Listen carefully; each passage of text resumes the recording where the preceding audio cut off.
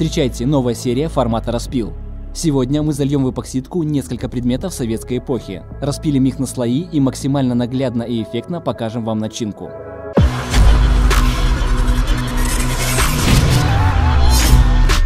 Первый и главный герой — это вот такой трушный будильник с настоящим металлическим заводным механизмом. Это вам не современное бездушное оцифрованное подобие будильника, в котором можно выбирать любой рингтон, что собственно и противоречит исконной идее будильника, звон которого ты должен ненавидеть всем сердцем. Первым делом разбираем его для того, чтобы вычистить пыль, грязь и смазку, иначе в дальнейшем все это поплывет в смоле и безвозвратно испортит композицию. А мы, к слову, планируем организовывать выставки, если соберется приличное количество стоящих экспонатов. И тут хотелось бы послушать вас. Как вам такая задумка? И пришли бы вы на такую выставку? Жду ваше мнение в комментах.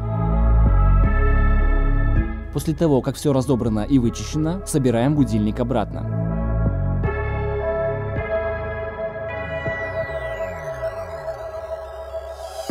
Следующим этапом заливка, а значит, нам надо замутить опалубку. В основе лежит фанера, проклеенная скотчем. Затем на лазерном станке нарезаем оргстекло с такой вот системой замков, что-то вроде шип-паз. Разводим двухкомпонентный эпоксидный клей и хорошенько промазываем стыки со всех сторон. Этот состав высыхает за 10 минут.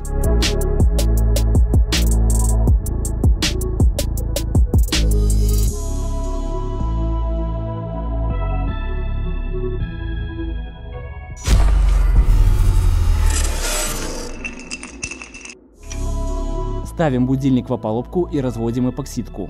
По доброй традиции мы используем арт-массив от Эко-Ванны. Если соблюдать технологию и регламент производителя, чем мы частенько пренебрегаем, то вы увидите, насколько это чистый и прозрачный состав.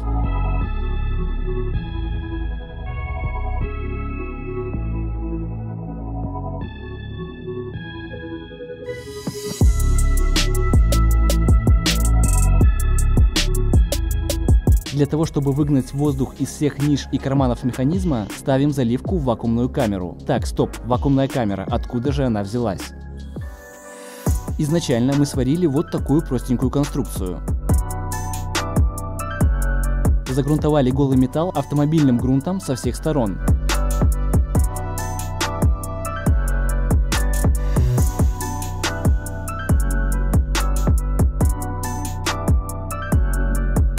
Следующим этапом необходимо зашить стенки. Для этого мы выбрали 18-мм ламинированную фанеру, нарезали ее в размер и при помощи герметика и саморезов обшили все стороны, за исключением лицевой.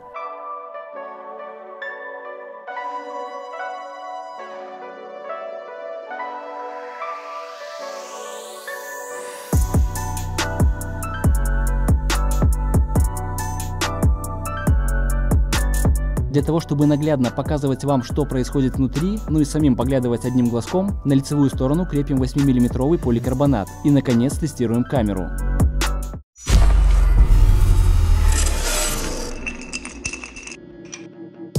Тем временем мы занялись утюгом. Тут точно такая же схема, поэтому в двух словах. Сперва разобрали все, что можно разобрать.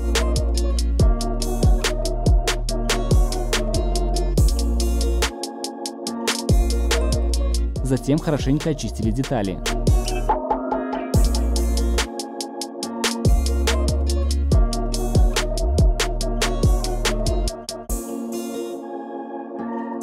Сделали красивую прозрачную опалубку.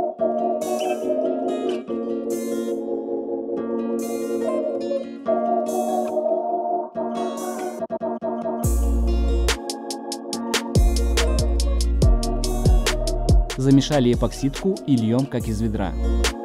Наверное, у многих к этому моменту возник законный вопрос. Почему в этой серии мы пилим будильник и утюг, а не старую фотокамеру? Ведь именно за распил фотоаппарата проголосовало большинство в нашем телеграм-канале. Дело в том, что мы решили пойти немного дальше и распилить не один, а 4 фотика из разных эпох и разных технологий. Соответственно, на это необходимо чуть больше времени и чуть больше денег. На удивление, за все это старое барахло просят приличные суммы, но мы уже к этому привыкли. К слову, на один из наших предыдущих проектов умного стола было куплено светодиодной ленты аж на $1000.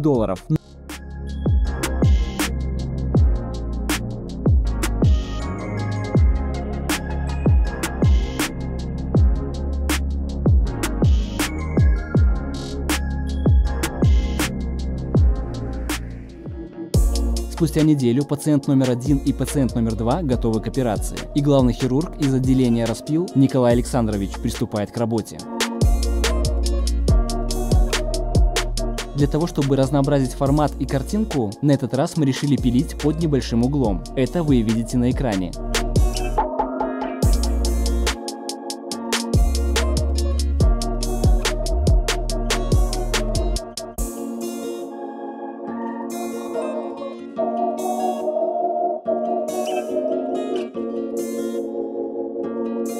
К концу распила стало понятно, что финальные блины будет невозможно распилить, так как кубик стал треугольником, и нам просто не за что зажать пациента в тиски. Поэтому пришлось приклеить заготовку к деревяшке, и можно смело продолжать операцию.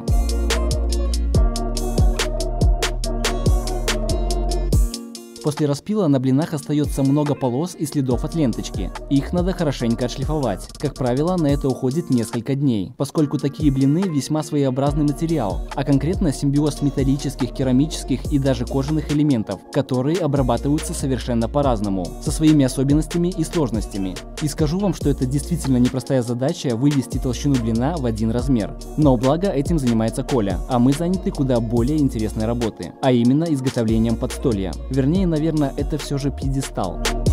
Итак, какая тут идея? Мы решили сделать колонну в виде старой советской панельки. Собственно, для этого мы и запустили дрон, чтобы сделать фотки с нужного ракурса. В итоге получились вот такие кадры.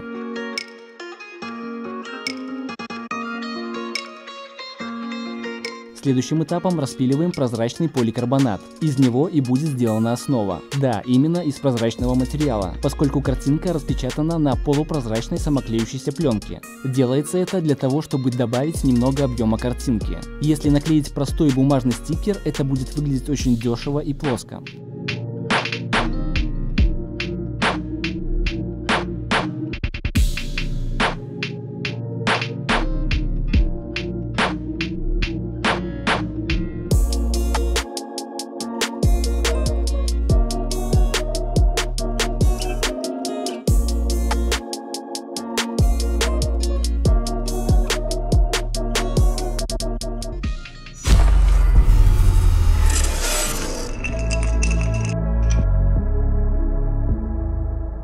После того, как пьедестал собран, остается финальный штрих, а точнее финальный слой глянцевого лака.